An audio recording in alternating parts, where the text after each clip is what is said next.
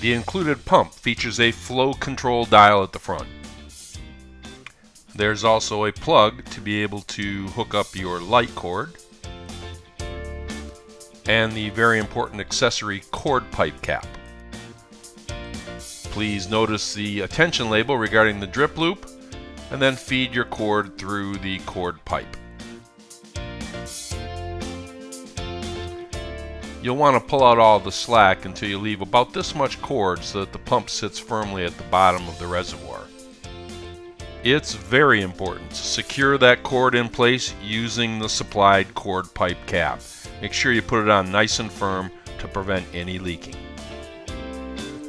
You'll notice that the light and tubing are pre-installed in the top feature piece, so you can now place that over the fountain and attach your light cord. Make sure you get a good connection and a tight fit.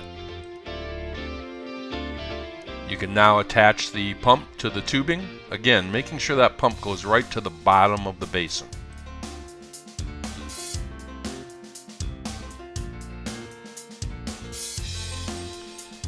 It will take a little bit of adjustment to make sure that your light is properly seated in that top feature piece. You'll notice some clay surrounding the light. That's there to make sure that it fits in and sits in place as shown.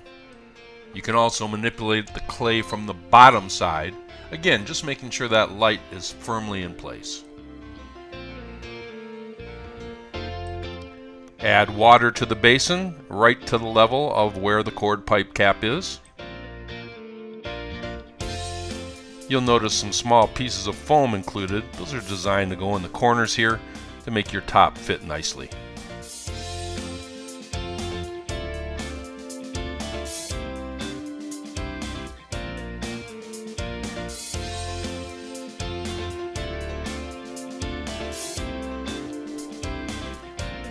One more check on the light to make sure it's properly seated. Check that the power cord sits in the groove notch in the pedestal. Plug the pump into a properly grounded outdoor receptacle. When you first start it up, you may have to rub the sides of the feature piece to make sure that the water flows evenly over the whole top.